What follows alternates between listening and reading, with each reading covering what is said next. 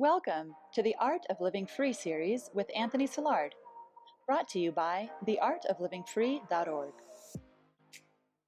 Today we explore experiencing a non-pandemic day with Dr. Anthony Silard. Hello, I'm Anthony Silard and welcome back to the Art of Living Free. Today we're going to talk about, have you ever experienced a non-pandemic day? What? What do you mean? Okay, let's fast forward to now, into where we are today. So many of us have been very saddened, depressed. Why is it like this? I can't go to bars and restaurants, and there's no sporting events, or they are, but there's no fans, and I can't gather with people the way I used to, and I gotta wear one of these all the time, and like why do I have to do all this, right? And a lot of us just are like, why? This is unfair. Why is this happening to me, right? Why is this happening in my life? So I want to ask you, have you ever experienced a non-pandemic day? So before the pandemic, before March, did you ever stop and go, you know what? This is a beautiful day and there's no pandemic. I'm so grateful. Most of us never did that, right? Pathogens were under control, microbes were under control, viruses were under control by all these amazing doctors and medical practitioners, epidemiologists. And do we ever go, thank you, doctors and epidemiologists, for enabling me to live this wonderful, beautiful life. I really appreciate it, and I'm really grateful to be able to live like this. No, we didn't. So where did I get this idea? Thich Nhat Hanh, the Vietnamese founder of mindfulness, and by the way, he doesn't always get credit for that, but he deserves it. There are a lot of academics have kind of taken it over in mindfulness, but he invented it. He was actually nominated for the Nobel Peace Prize by Martin Luther King Jr. Well, Thich Nhat Hanh used to ask, have you ever experienced a non-stomach ache? And when I first heard it, I was like, what is that? And after listening to him explain it, it made a lot of sense. It's like, we have a stomach which has been given to us by God, right? We have this stomach which is here to help us digest our food, help us eat, and help us survive and thrive and live, right? And 99.9% of the time, the stomach we were given does what it's supposed to do. But do we ever say, I have a non-stomach ache, I'm so grateful for my stomach? No, we don't do that. But then the 0.1% of the time, or the 0.01 or 0.001% of the time that our stomach doesn't function the way it's meant to, or we're not thinking and we give it food that we shouldn't be giving it, and it upsets it, we go, oh, why me? Why do I have an upset stomach? This is horrible. God, I hate this pain, right? So so is that right?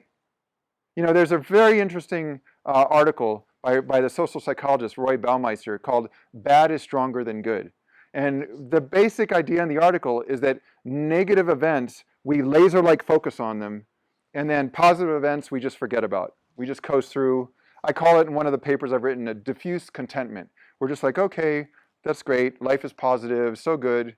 But when something negative happens, it's like, why is this happening? And you can see how that happens evolutionarily. Let's think about our ancestors. We as human beings have never been the ape predators, right? So we have these expanded brains, we organize in groups, we think, we come up with ideas, and we mobilize groups, which is really what leadership is, toward collective goals, right? And we do that very well, better than other animals, right?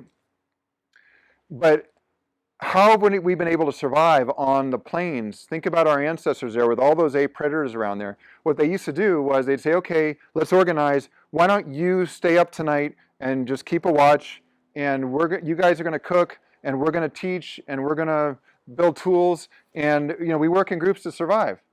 Well, our ancestors who were very positive and just went around going like, oh, life is so good, I'm enjoying it, and I'm just walking along and coasting, that diffuse contentment, they were the first eaten, right? Because they weren't being vigilant about, what might happen.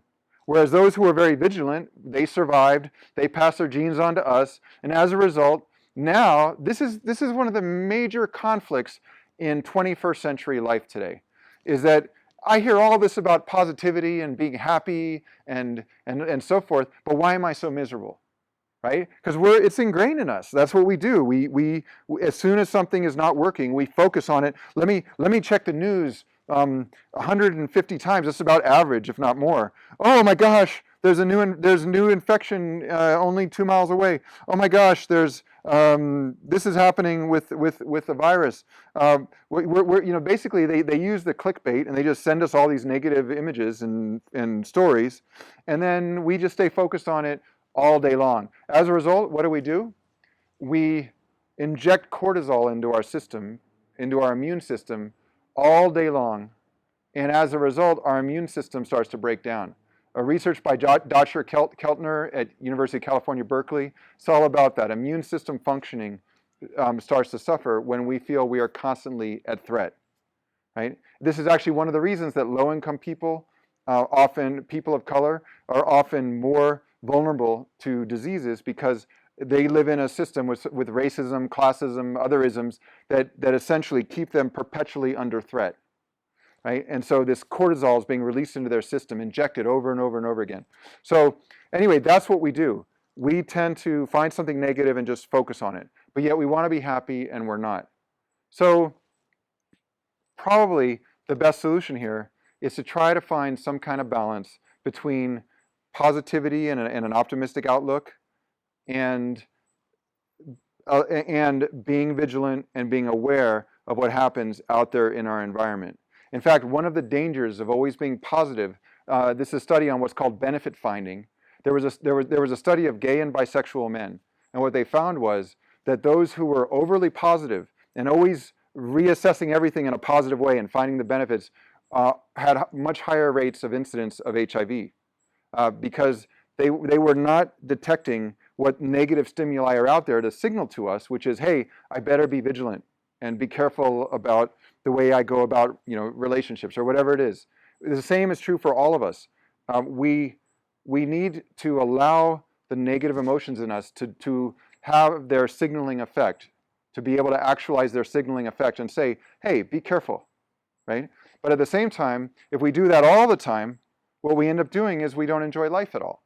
So I would say now, today, in this pandemic, have you ever experienced a non-pandemic day? Do you remember all the non-pandemic days you experienced, and what are you going to feel like in the future when you experience a non-pandemic day? And right now we're not experiencing non-pandemic days. Many of us some people have been alive for 80 years, and this is the largest public health crisis in their lifetimes. Certainly the largest public health crisis in mine. But if you can look at this with a broader lens and say, I am so fortunate to have spent so many years experiencing non-pandemic days, and right now I'm experiencing pandemic days, and own it. Like, this is our pandemic. This is the pandemic of our lifetimes. This is the pandemic of our generation. And own it. Okay, so I guess there's going to be social distancing. I guess we're going to be wearing masks. I guess we're going to be washing our hands all the time. And it's okay. It's not going to be forever, right? I'm going to endure. I'm going to work through this, persist through it, and then be at a non-pandemic day again. And in the meantime, there's a lot of other things to appreciate, because now, I've got more time to spend with my family, got more time to spend with my wife, with my kids. I have more time to be out in nature, and also to just reassess my life priorities. Like, what do I really value? Reassess how I go about my relationships. Oh my gosh, maybe it doesn't make sense to have 2,000 friends on Facebook that I never communicate with. Maybe it's better to have 2 or 3 friends that I really communicate with regularly. So these are the kinds of shifting tectonic plates of the pandemic, psychologically, emotionally, socially, and it's a lot that we can appreciate. So I think having a non-pandemic day will be a wonderful thing, and I really am hopeful about having one again in the not too distant future. In the meantime, I think all of us can find what we can appreciate, while at the same time being vigilant about what's going on out there, being safe, so we can all get through this together. Life offers us many challenges, and the artoflivingfree.org offers new ways of thinking so we can see these challenges from a new angle and overcome them. Whether it's Anthony Silard's free blog, video or podcast series, His book, Screened In: The Art of Living Free in the Digital Age, or personalized courses, theartoflivingfree.org will help you refine your life vision and then transform it into action. Find out more at theartoflivingfree.org.